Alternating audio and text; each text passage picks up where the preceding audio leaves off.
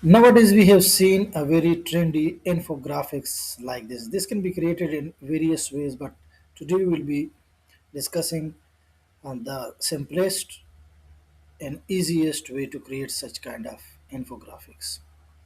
First of all, you have to select a target YouTube video. When you select a reference video, you put this in Gemini with this prompt. In this video, basically the video is describing 6 levels of Claude proficiency.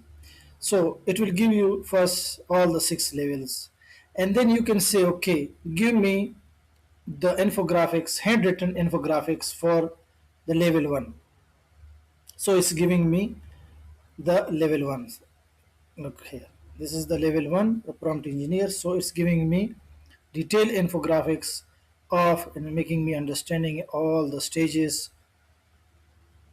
It's explaining me in the detail, and then you can say that okay, give me an colored infographic style by giving this prompt the different colors. You can say proper arrows, progression, uh, and short description, so it will give you this. So this is the easiest, free, and the simplest way to create sketch infographics using Google Gemini.